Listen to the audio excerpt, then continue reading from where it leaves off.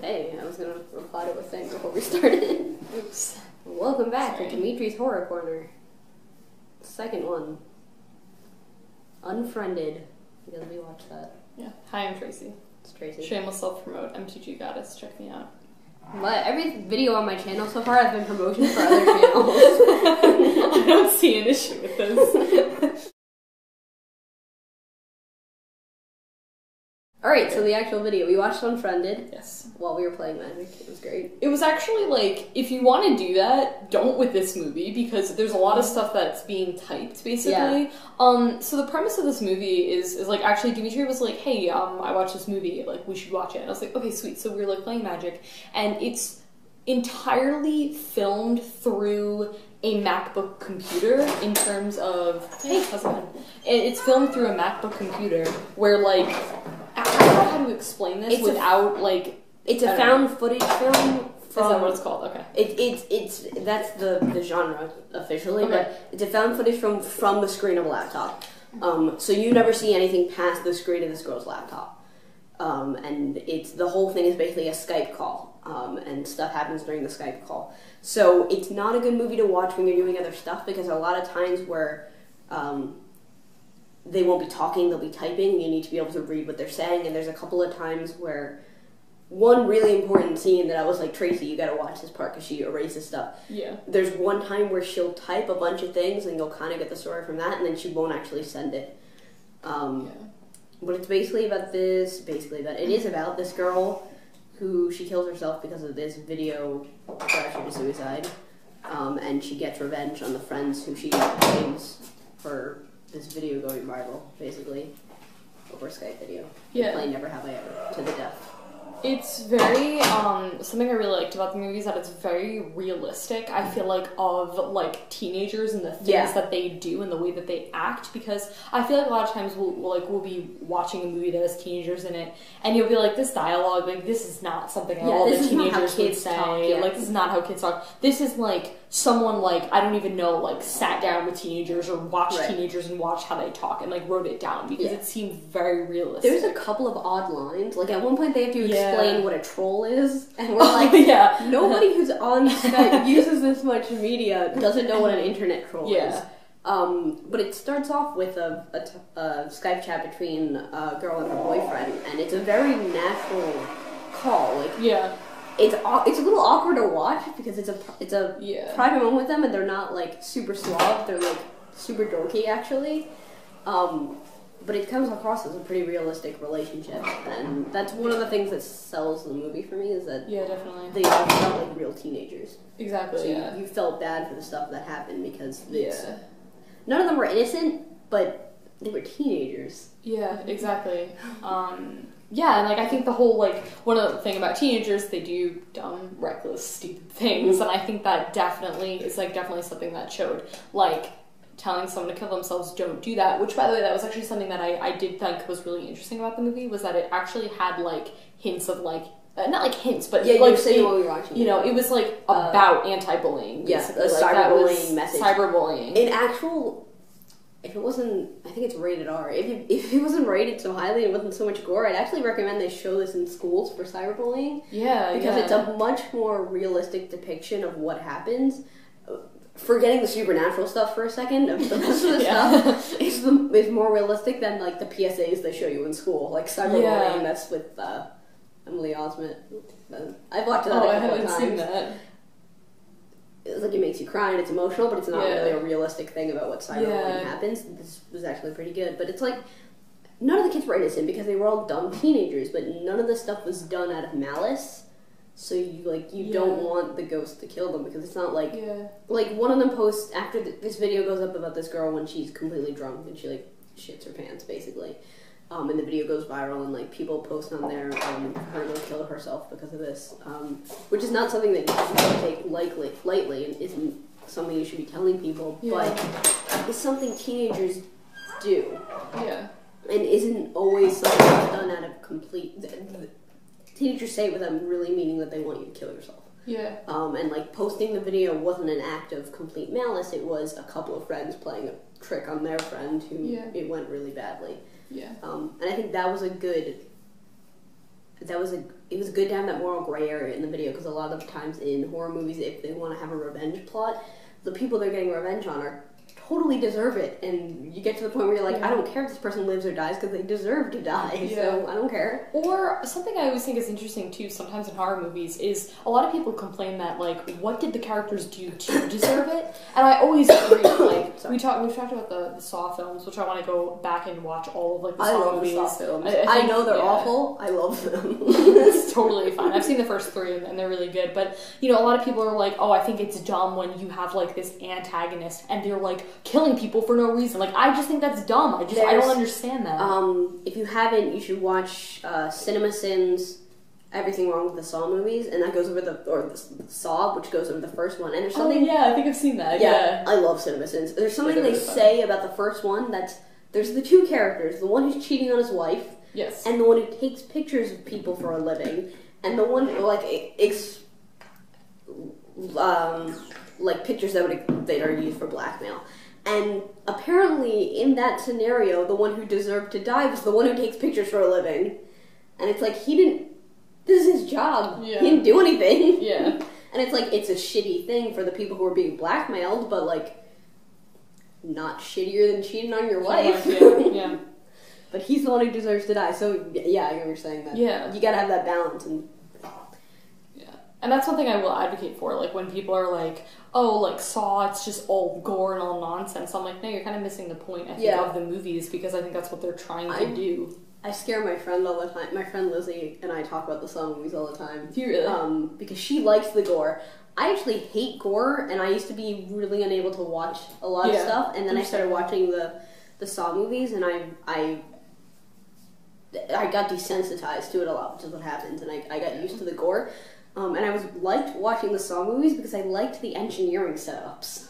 I liked watching the machines. I was like, that's really cool. And it's like all stuff that could feasibly actually be made. And there's a couple of later ones, like 3 or 4, where they go more into his past, Jigsaw's past, and they show him like making the stuff. And I'm like, it's really awesome. And my friend's like, don't say things like that to other people. I could keep going talking about these movies, but we were talking about Unfriended. Yeah. One thing I will say about it, because we talked about things we liked about it, it does have a lot of cheap scares. A lot of the parts that are supposed to be scary, it's a lot of, like, a guy shoves his hand in a blender, and that somehow kills him. I guess he would bleed out eventually, but it wouldn't kill him that quickly. Yeah. We didn't even see how the one girl died. Yeah, the thing about this movie is that this is a very weird movie in terms of, like scares and, like, how they work, I feel, because you're all seeing it from just the computer screens of all these people. So when you think about that, that's so limiting, and I don't mean limiting in a negative way, I mean just in a sense of you're only seeing what's on that one screen, basically. So you're not really, it's not like we go in there, we're walking up the staircase or anything like that, the typical things that you see in horror movies. You don't get the shadowy figure behind them, you don't get, and all the deaths are kind of abrupt and weird. There's one death scene I really, really liked was Adam's death scene. Which one was his? He was the one where it was after they found out that she was cheating on him. She cheated on Mitch with Adam. So Adam and I forgot the main, Blair is her name. Blair, okay. They both got something printed on their computers, and they weren't allowed to tell anybody what it was. And then Mitch had just found out that Blair was cheating on him, so he was like, "No more secrets. Like, tell me what it is." And the paper was like, "If you show this, Adam will die." And the Adam had one that said, "If you show this, Blair will die." And they're like, "We can't." And she ends up showing it to save Mitch. Yeah. And I thought that was like the most intense death scene. Yeah. And that was probably the most effective one. Yeah. Because the rest of them were pretty. Given what the setup was, it was as good as it could have been. But like the death scenes were pretty lame because it's hard to. Yeah. When you have a little.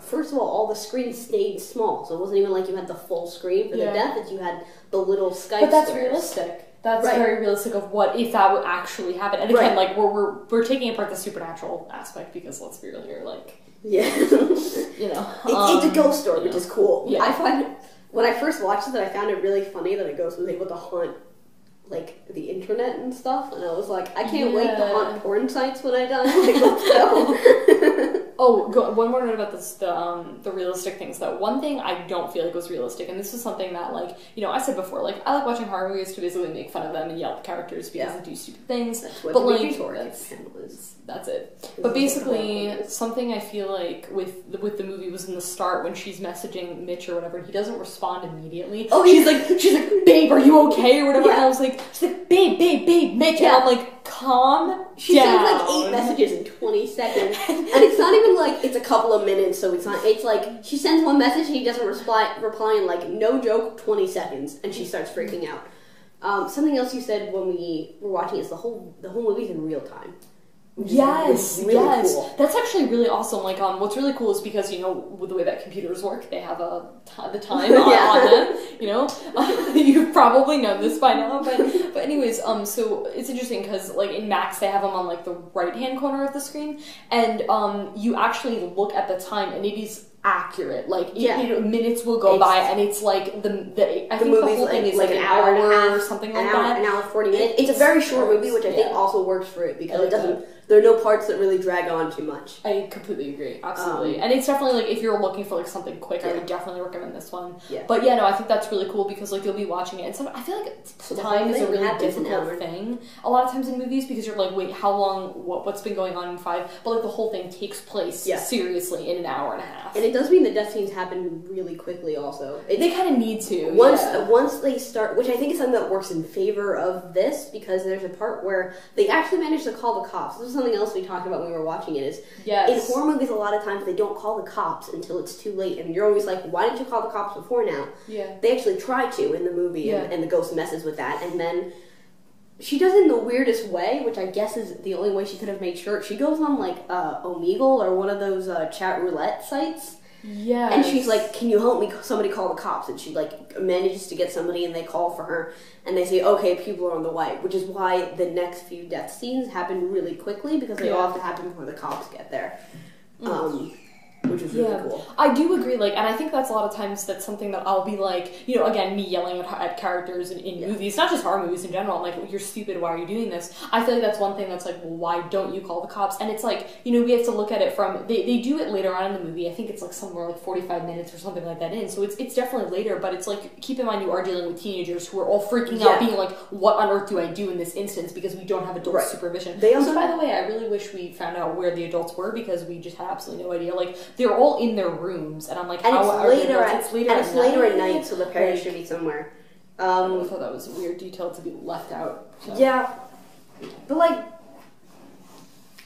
we thought the realism, ignoring the supernatural stuff, the realism of this movie was pretty good. Definitely. There's also something I liked is they didn't all immediately assume it was a ghost, which is something that happens in horror movies also, where they go to one extreme or the other. They either take too long to realize something supernatural is happening, or they immediately figure out something supernatural is happening. Yeah. And it starts with, there's just a random Skype, there's somebody else in their Skype chat who they didn't invite, and for a while they're just like, yeah, it's just a glitch, or it's a hacker. Yeah, which is very realistic, definitely. Yeah, I absolutely would think that Skype is glitching, because have you used Skype?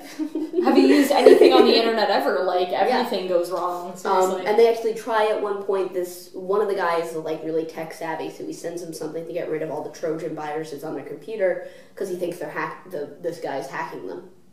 And they try that, and it gets rid of him for a while, and it comes back. And it takes them a while to realize that, oh, this is a ghost. And it takes them a while to realize that they're really in danger. But as soon as they realize they're really in danger, somebody calls the cops. Yeah. Smart kids. Seriously, again, smart teenagers, definitely. They weren't, there was none of the, you're so dumb, why aren't you doing this stuff? Or there's none of the, why would you go in the basement after you heard a sound kind of stuff in this movie. Because they were all on Skype, and they try to hang up also. Everything that you're like, why don't you do this? Why don't you do this? They do. They do. They try, which is something that I really liked. Again, it's not like we're making this up to be a really great horror movie. It was an interesting movie. The scares are not great. That's like the one downfall of this, is the scares are not great. There's that one really intense scene with Adam and Mitch and Blair, and I think the rest of the scares are mediocre. Yeah, like whatever. Like I didn't walk away from it afterwards being like, oh man, that gave me chills or like anything like that. And, I watched it the first time I watched it again with Tracy. I watched it the first time at night, like midnight in the dark, on my bed alone in my room, and I That's fine. Yeah. But I also haven't told anyone to kill themselves, so I guess this ghost wouldn't care very much about me. Yeah. The end scare was...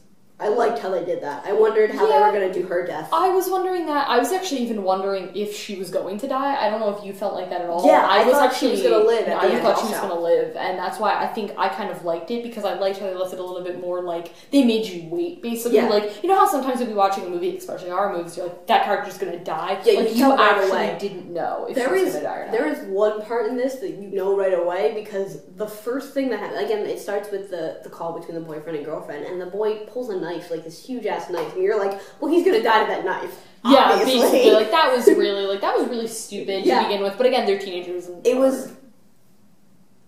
I was also like, why does he have a giant knife when he's having? Yeah, that was really stupid. That was really dumb. It was one of the things where, like, I get that they're trying to maintain this environment of the Skype call, so they have to put dangerous things near the kids to do their deaths with. So they were finding excuses to put stuff in there. Like, there was one guy who was making salsa or whatever during the Skype call. So he had the blender. Yeah. And there was one guy who gets mad and he goes and gets his gun and he holds the gun for the rest of the Skype call. Why did the 16-year-old have a gun? Why did he have access to the gun? But we don't. Where does this take place? I felt like it was in the Bible Belt, so he would have access to guns. But the scares were mediocre. But, but it was interesting. Like, it held my attention the whole time. I wasn't finding myself getting bored, which is, there's always like that lull in most movies, but this movie was like, things were happening quickly. It's very short, so things were happening quickly enough that it held your attention until the end. I think the one part that I think really, like, got me freaked out was the I think it's the first death. I think the blonde girl or whatever. I think she's the first death, right? I think Val is the first death, and we don't actually see what kills her. Oh, okay, not her then. The second, I can't remember which one it is. It's one of the two girls. I don't remember what order they died in. Is that bad? Okay, no, that's okay. It's Val, then Ken, the kid with the blender. Yes. Then Adam, and then the blonde girl, and then Mitch and the blender. Okay. I'm trying to think of what it was. Oh no, it must have been Val. The entire movie for you. Spoilers. It must have been the first girl then, the one with the dirty blonde hair or whatever. I don't know what was. I'm trying to think of what the circumstances was, but I know I was a little bit freaked out. They thought she was having seizures. Yeah, seizures. Yeah, and I think like that was something that it was kind of like a. You're still like new to the movie, I think, at that point. So you were like, I'm not exactly sure where it's going. That was the first time that the kids realized they were in real danger. Yeah, and that was the first time you realized what kind of danger it was. Yeah. Because until then they were like, we'll just hang up and nothing will happen. Yeah. And the ghost was like, don't hang up or you'll die. Yeah. And Val hangs up and then she comes back and she's dead. They don't show us how she dies. I guess she took pills. Yeah, I don't know. Because she comes back and she's completely comatose. Yeah. And then she collapses, and the police get there. That was another tense scene in that you didn't know what was happening, and they didn't give you any information about her death or anything. So that was another one where it was good with the scares like that. Again, it was one of those like that they realized in that moment, oh gosh, like she's in like legitimate danger, and like not just legitimate danger of the ghost, but like she could have had a seizure or something, which is a very like real life thing to look out for your friend if that instance is happening. Yeah, the first thing it takes them a while to realize, oh, this is the ghost of our friend for real. Yeah. At first they're like she's dead, and they're like, didn't she used to have seizures? Did she take medication for seizures? They try to call her parents after they find out. That's the only time they try to contact their parents in this entire thing. Yeah, and again, I'm still wondering where the parents are. You know, it's not perfect. It's not. There might have been some throwaway lines that we missed that explain. Yeah, maybe it actually. But I mean, convenient, I guess. A little bit too convenient that all of the parents weren't there at 9:30 at night. You know, that just seemed a little bit too. My parents have date night. They leave me home. Yeah, but they're all kids that are old enough to be left home. They are, yeah. It's just weird that they all were. And the fact that too, something that you'll notice, especially towards the end of the movies, it gets very loud and they start like screaming. Like I had on my computer here and I had my Bluetooth speaker, so like it was easier for us to hear, and I actually had to turn it down. And normally the volume on my laptop is really quiet, so like I have to have that up all the way. Yeah. I had to turn it down because it was so loud. Like the people were like screaming or whatever, like towards the end. Like as you do when you watch your friends die. You do, absolutely. But like I was just like, wow, this is really loud. How could someone not hear? And that's just me being like nitpicky. That's like. But That's also my parents. If I was watching this movie, and I didn't have headphones in, and my parents were screaming, they would come. Even if it didn't sound like me, they would come into the room. Yeah, exactly. What's going on? Yeah. You know. Why is there death in your room? No movie is all of it. But yeah, it's not a perfect movie. But overall, I did enjoy it. I really liked the found footage. I've honestly, I'm trying to think if I usually don't like that. So. I usually will like the Blair Witch Project was the first one, and it's not worth it. I really don't like found footage. I got really tired of it. There's a lot of faults in the found footage thing, because they need to find excuses for somebody to be filming all the time. There was a really good one recently by Shyamalan, of all people, The Visitor, or The Visit. Okay. Which was this past Christmas it was out. And that was like the first good found footage film that I've seen in a while. I watched. They always end up being mediocre. And this film, UnFriended, it's also called CyberNatural, which is I actually really like that. I'm a huge fan of that. I think that's cool. It got really bad reviews. It got really it got mediocre to bad reviews, and I don't think it's that bad a movie. I honestly feel like, looking at horror movies, I feel like a lot of times they just don't get I feel like it has to be, in order for someone to be like, oh, that's a good movie, I feel like it's got to be under the psychological thriller category. I feel for it to be taken seriously by people. We talked about this the other time, too. I think a lot of the reasons that horror movies get hit or miss critics, because horror is very subjective. The things that scare you are very subjective. I was talking with Nikki, our other friend. I was like, The Babadook really messed me up. It's one of the movies that I have to be careful when I watch it, because the first time I watched it, I couldn't sleep for a week. So I have to make sure if I watch it, I can afford to stay up till the daytime and sleep during the day. And Nikki was like, what? That movie was awful. And like, it's extremely subjective how that stuff works. UnFriended, again, the scares weren't good, but the rest of the movie was interesting at least, and the rest of the movie I think held together.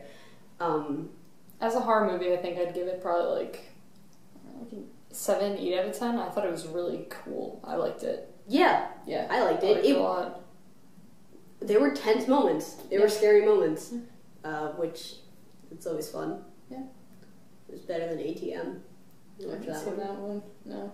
We have to watch all the horror movies. Okay, we have to watch all of them bad. I do not care how bad they are. We have to watch them. All right. I think that's all we have to say about this movie. Yeah. There's a horror movie you think I should watch? Leave a comment. I'm not getting any comments. Comment on my videos, guys. Make Dimitri feel loved. All right. Take it easy. Bye. See you next time.